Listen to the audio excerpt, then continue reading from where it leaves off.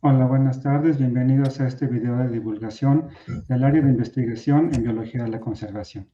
Mi nombre es Derek Castillo y en esta ocasión vamos a platicar con el doctor José Fernando González Maya del tema de macroecología. El doctor José Fernando González Maya es licenciado en biología por la Universidad Latina de Costa Rica y también tiene un magíster en conservación del Centro Agronómico Tropical de Investigación y Enseñanza, CATIE por sus siglas, también en Costa Rica, y también tiene un doctorado en Ciencias Biomédicas por la Universidad Nacional Autónoma de México. Bienvenido, José. Muchísimas gracias por la invitación y encantado de estar acá compartiendo este espacio contigo. Excelente. Bueno, pues vamos a iniciar con nuestro tema. Platícanos qué es la macroecología. Por el nombre y bueno, lo poquito que sé de eso, parece como que tiene que ver con la escala espacial que utilizas en tus estudios. Sí, pues justo como su nombre lo indica, es la ecología macro, ¿no? Es la ecología de lo grande y es un poco el estudio de patrones y procesos ecológicos a gran escala. Entonces, digamos que el enfoque es usualmente, digamos que no se enfoca tanto en ecosistemas o en comunidades específicas, sino que trata de encontrar principios que apliquen más ampliamente eh, a muchos procesos, digamos, de gran escala. Y es esa aproximación, digamos, donde no nos enfocamos ni en la autoecología ni en la ecología de comunidades per se, sino más en esa perspectiva un poco más amplia. Ok, perfecto. Entonces ya más o menos empezamos a tener una idea. Pero para que la idea quede un poco más fija, ¿nos puedes platicar de un ejemplo paradigmático de la macroecología? Claro, pues digamos que como para hacer un poco un resumen histórico, la macroecología se puede como un poco rastrear sus orígenes incluso muchos años atrás. Y de hecho esta imagen que tenemos en la pantalla es precisamente esos esfuerzos, digamos, por entender grandes procesos que obviamente a la escala del conocimiento de su momento, pues tenían preguntas diferentes, ¿no? Y en este caso, esas dos imágenes que vemos, por ejemplo, fueron intentos que hicieron hace muchísimos años por cuantificar la cantidad de especies sí, la cantidad de animales y la cantidad de especies que pudieron ser incluidas en el Arca de Noé. Y era obviamente, pues, durante esta época o esta etapa donde estábamos muy centrados en el aspecto religioso, ¿no? Y estaba, digamos que la religión permeaba mucho la generación del conocimiento. Pero digamos que desde ese momento es que empieza este tipo de cuestionamiento, ¿no? Porque un poco lo que cupo en el Arca de Noé es los animales que podríamos ver en este momento, ¿no? Porque fueron los que sobrevivieron al gran diluvio universal. Entonces digamos que desde ese momento empieza un poco a pensarse en esos grandes procesos, ¿no? Y obviamente esto ya ha ido, pues ha ido evolucionando y ha ido cambiando y tenemos ejemplos, digamos, históricos de donde parte toda esta perspectiva macroecológica, comparte una historia, digamos, común con la biogeografía, por supuesto, que es el estudio de la distribución de las especies, y con grandes personajes, digamos, a través de la historia. Acá les presento, por ejemplo, a Alexander von Humboldt, que creó una geografía de las plantas, ¿no? Entonces era esa aproximación donde trataba de explicar qué factores estaban asociados y cómo eran los patrones de cambio en la estructura de la vegetación, ¿no? Y utilizaba un ejemplo, en este caso la geografía de las plantas como tal, parte de un ejemplo en el Cotopaxi, que es un volcán en Ecuador. Eh, y a partir de eso, digamos, empieza como todo este movimiento por tratar de entenderlo, y ya vemos como el epítome, realmente como el surgimiento ya mucho más formal, cuando ya Wallace plantea las regiones zoogeográficas, ¿no? O sea, que es esta regionalización del planeta a través de la afinidad de las especies que comparten los espacios, ¿no? Y entonces ya nos planteaba esta regionalización que ha sido revisitada incluso muchas veces y que más o menos sigue siendo lo mismo, ¿no? O sea, digamos que el cambio no es tan drástico, el cambio es obviamente porque tenemos mejor resolución, mejor información, pero sigue siendo lo mismo. Y esto ya nos planteó, digamos que una pregunta a una escala global, de la cual empiezan a derivarse, por supuesto, ya muchas otras teorías, dentro de las cuales, y creo que acá tengo un par de ejemplos, dentro de las cuales están, por ejemplo, la teoría biogeográfica de islas, donde ya esto fue más o menos en el 56, 57, si no estoy mal, donde Robert MacArthur y Edward Wilson plantean la teoría del equilibrio de las islas, que es un poco para explicar la diversidad de especies en las islas que dependen de este equilibrio que existe entre la inmigración, la extinción y la colonización, ¿no? Entonces, ya digamos que empezamos a ver estos grandes patrones y empezamos obviamente en la medida que tenemos más información, más herramientas para recabar información, pues podemos también resolver preguntas mucho más complejas, ¿no? Y es un poco a lo que se dedica la macroecología. Excelente. Sí, está, creo que con la imagen del planisferio, digamos, de todo el planeta, queda más claro la escala como geográfica que es la escala, digamos, planetaria, ¿no? Está súper bien eso. Entonces ya tenemos una idea más clara pues, de qué es la macroecología y tenemos nuestro ejemplo como para fijar esas ideas.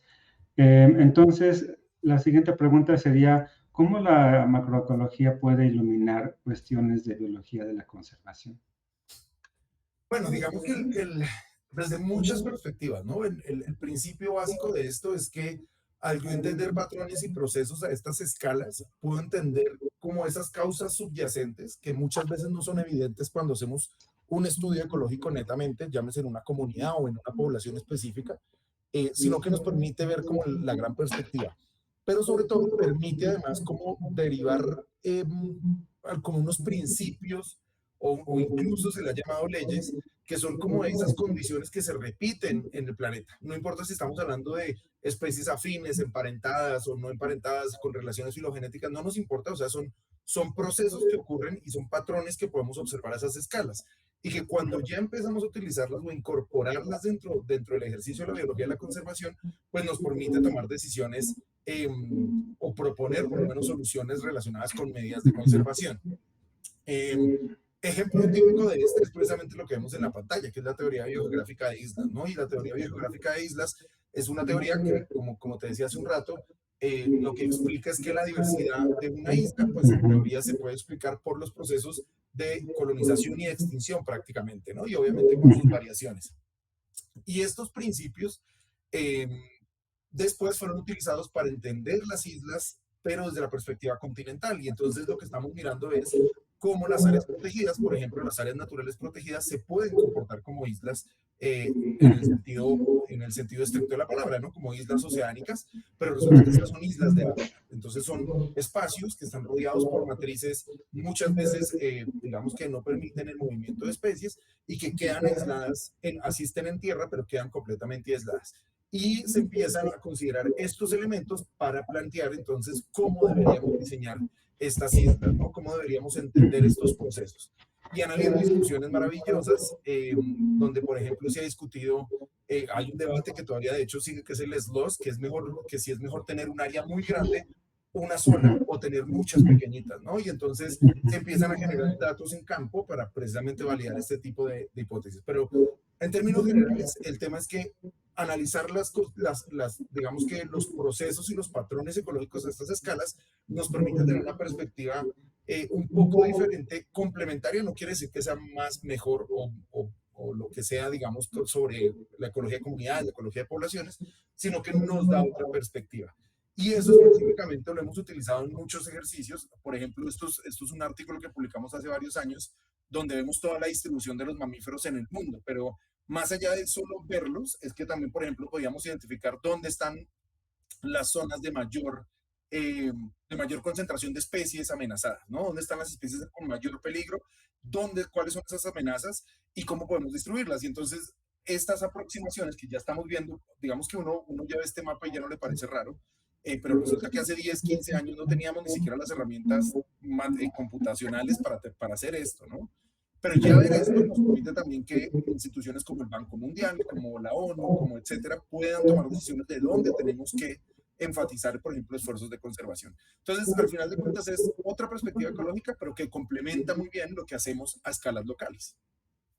Excelente. Sí, creo que me queda más o menos claro la parte de que pues uno puede plantear en qué lugar, con qué tamaños, con qué formas puede uno Claro. plantear la creación de áreas naturales protegidas, ¿no? En función de estos temas. Ok, Entonces, nos platicas que el enfoque macroecológico es como complementario, ¿no? Entonces, podemos pensar por qué es necesario o qué ventajas tiene sobre estas otras aproximaciones, ¿no? Que como mencionas, biología, ecología de poblaciones, de comunidades, ¿no? Pues fundamentalmente es que es, como te decía, complementario. En realidad no es que sea mejor o peor que otra aproximación, es Ujú. complementaria. Pero lo que tiene es que entender estos patrones. Digamos que en biología de la conservación tiene una aplicación, como te decía, y de hecho quería mostrar este mapa. Este es el mapa de los carnívoros amenazados del mundo, que lo utilizamos precisamente para definir metas de conservación, ¿no? Dónde podemos, por ejemplo, dónde están las áreas naturales protegidas actualmente y dónde deberíamos crear nuevas áreas protegidas para asegurar metas del 10, 20, el 30%. Pero también nos sirve, por ejemplo, para proponer otras medidas complementarias de conservación, y de hecho es un artículo que publicamos este año, donde lo que evaluamos es dónde podríamos reintroducir una, dos o máximo tres especies de grandes mamíferos y recuperaríamos ensamblajes intactos de mamíferos en esta zona, ¿no? Y esto es como una aproximación al rewilding o a la reasilvestración, tal vez podría ser la traducción. Ujú. Pero entonces son complementarios. Pero lo que es más interesante y desde el punto de vista ecológico es que lo que permite es entender procesos que si los viéramos a escala local no los veríamos, ¿no? O sea, digamos que es como ver el big picture, la gran imagen.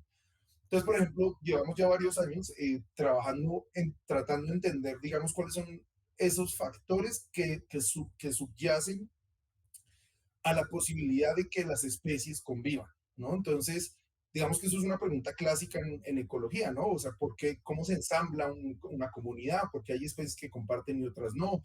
¿Dónde opera la exclusión competitiva? En este caso, digamos que lo que hemos hecho es, utilizando a los carnívoros como un modelo, eh, explorar qué factores pueden estar ocurriendo a estas escalas que sean comunes y que nos permita saber por qué sí pueden estar dos carnívoros y cuáles pueden no estar, ¿no? Entonces, hemos hecho varias aproximaciones y de hecho analizando mucho el componente histórico, viendo qué ha pasado desde el máximo glacial, pasando por interglaciar hasta la actualidad, cómo cambiaron los ensamblajes para precisamente tratar de entender un poco cómo se organizan, ¿no? Entonces, por ejemplo, hemos encontrado cosas súper interesantes y resulta que cuando miramos todos los carnívoros que han habitado América, y resulta que antes teníamos estos megacarnívoros, ¿no? Teníamos el oso de cara corta, que es el oso más grande que ha existido, el tigre de dientes de sable, el león americano, o sea, especies gigantescas, y se desaparecieron durante el máximo glacial. O sea, luego el máximo glacial desaparecen, y de hecho planteamos una hipótesis que pudieron ser probablemente cuellos de botella, por eso algunas sobrevivieron, otras no. Pero cuando entendemos que unas se extinguieron, pues nos preguntamos qué pasa entonces, como, porque antes habían todas esas y ahorita no están, y qué pasó con los ensamblajes. Y lo que encontramos es que hay como unas relaciones entre las proporciones de los tamaños corporales Ah, que ok. permitan que varias especies cohabiten, ¿no? Entonces, antes teníamos un oso de cara corta, un monstruo gigantesco, eh, Ujú. que cuando miraba la proporción o la distribución de las proporciones de tamaño corporal en los sitios de Norteamérica donde estaba, se mantenía la misma proporción de lo que veríamos en ese mismo sitio ahorita, solo que a Ujú. una escala menor. Entonces ya no tenemos del oso gigantesco a la comadreja, sino que vamos a tener una variación menor, pero la distribución de las proporciones es la misma. Entonces son cosas que surgen, digamos, solo cuando podemos verlo a esta perspectiva, ¿no? Cuando podemos comparar muchos sitios a nivel continental o podemos comparar algo a escala global. Y son cosas que no veríamos si analizamos simplemente una comunidad o un ensamblaje. Y por ende es interesante porque resulta que todas estas escalas están operando en simultánea. Es decir, hay procesos ecológicos que ocurren solo a una escala local, a escala de una charca, y hay procesos ecológicos que Ujú. están ocurriendo a escala continental, ¿no? Y eso es lo que nos enseña también el cambio global, el cambio climático y por qué nos afecta a todos. Ujú. Y todo esto está operando al mismo tiempo. Entonces es necesario, y por eso es complementario, entender qué pasa a esta gran escala, y así como entender qué está pasando a nivel poblacional o a nivel del ensamblaje específico en un sitio. Ok. Wow, mucha información. Está súper padre.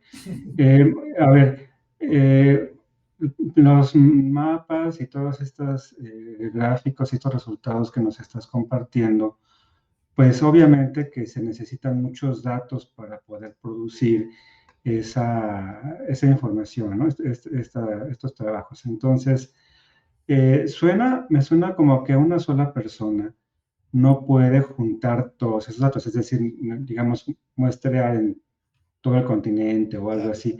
Entonces, ¿cómo hacen? Tienen que hacer, supongo que tienen que hacer equipo para juntar los datos, ¿o cómo hacen?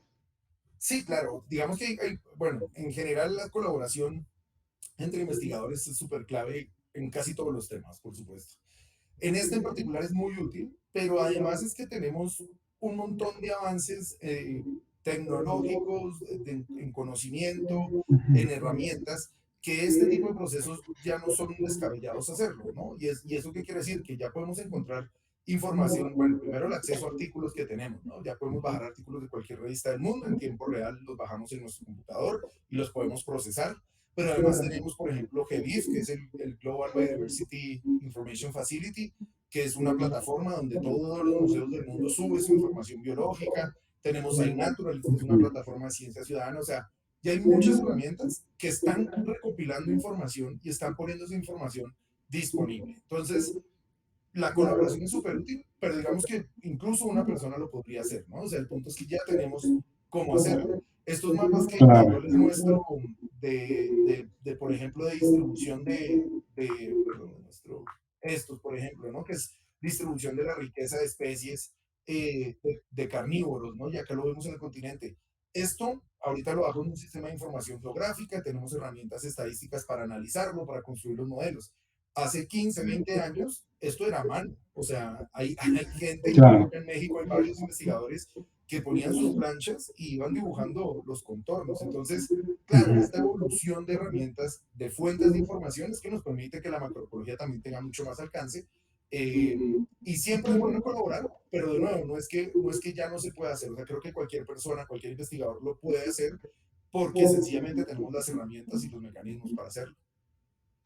Sí, fíjate que me resulta muy interesante porque esto que mencionas de las bases de datos, pues que ponen a disposición esta información, pues significa que los científicos pues tenemos más esta como obligación de compartir nuestros datos, ¿no? O sea, me imagino que Total. todavía quedarán por ahí algunos científicos que son muy celosos de su información y que, pero ya creo que cada vez menos es ese caso y cada vez Sí. más tenemos que dar a conocer nuestros datos para que nuestra investigación sea reproducible y bueno, y que pueda ayudar a hacer otras investigaciones, que es lo que tú estás mostrando, ¿no? Total, Es, incluso muchas revistas ya te exigen que tus datos estén en un repositorio. Entonces, eso, por ejemplo, tampoco existía hasta hace pocos años. Y son estos sitios donde hay millares, o sea, millones y millones de datos. Y es porque ujú, cada vez que tú vas a publicar un artículo, todos estos que les he mostrado, por ejemplo,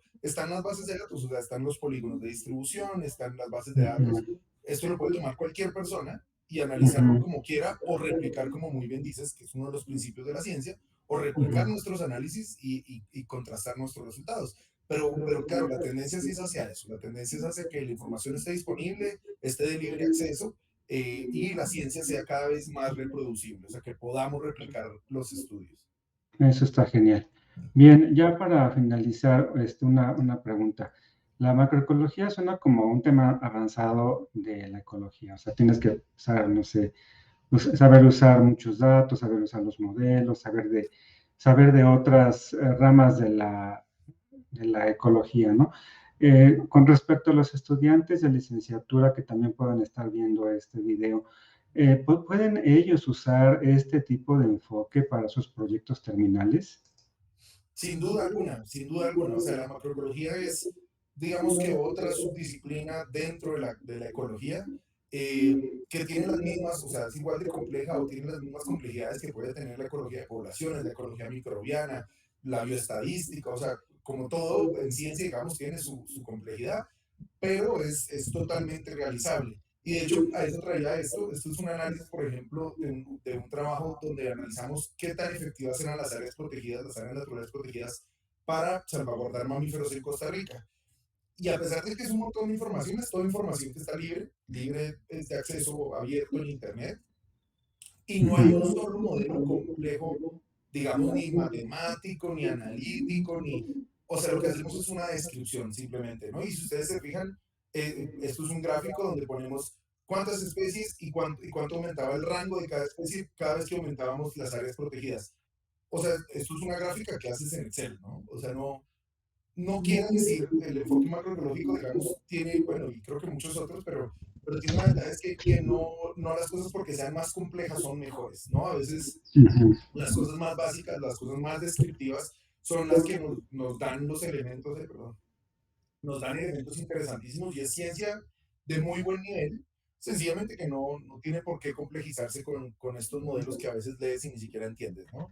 Entonces, por Excelente. supuesto, o sea, esto es un tema de nuevo, si algún proyecto terminal quisiera trabajar con ecología microbiana, pues tiene que aprender las técnicas de laboratorio, tiene que aprender a utilizar pipetas, etcétera, etcétera. Pues alguien en macroecología es exactamente igual, hay que aprender a utilizar las herramientas, pero es perfectamente lograble para cualquier persona empezar a mirar, o sea, es más, creo que la perspectiva, ¿no? El preguntarse cosas a estas escalas, ¿no? Que muchas veces no se nos ocurre, pero es sencillamente pensar en otra escala, pero parte del mismo principio básico de lo que es la ecología y es entender patrones y procesos. Excelente. Sí, bueno, pues eso es para que los alumnos se animen.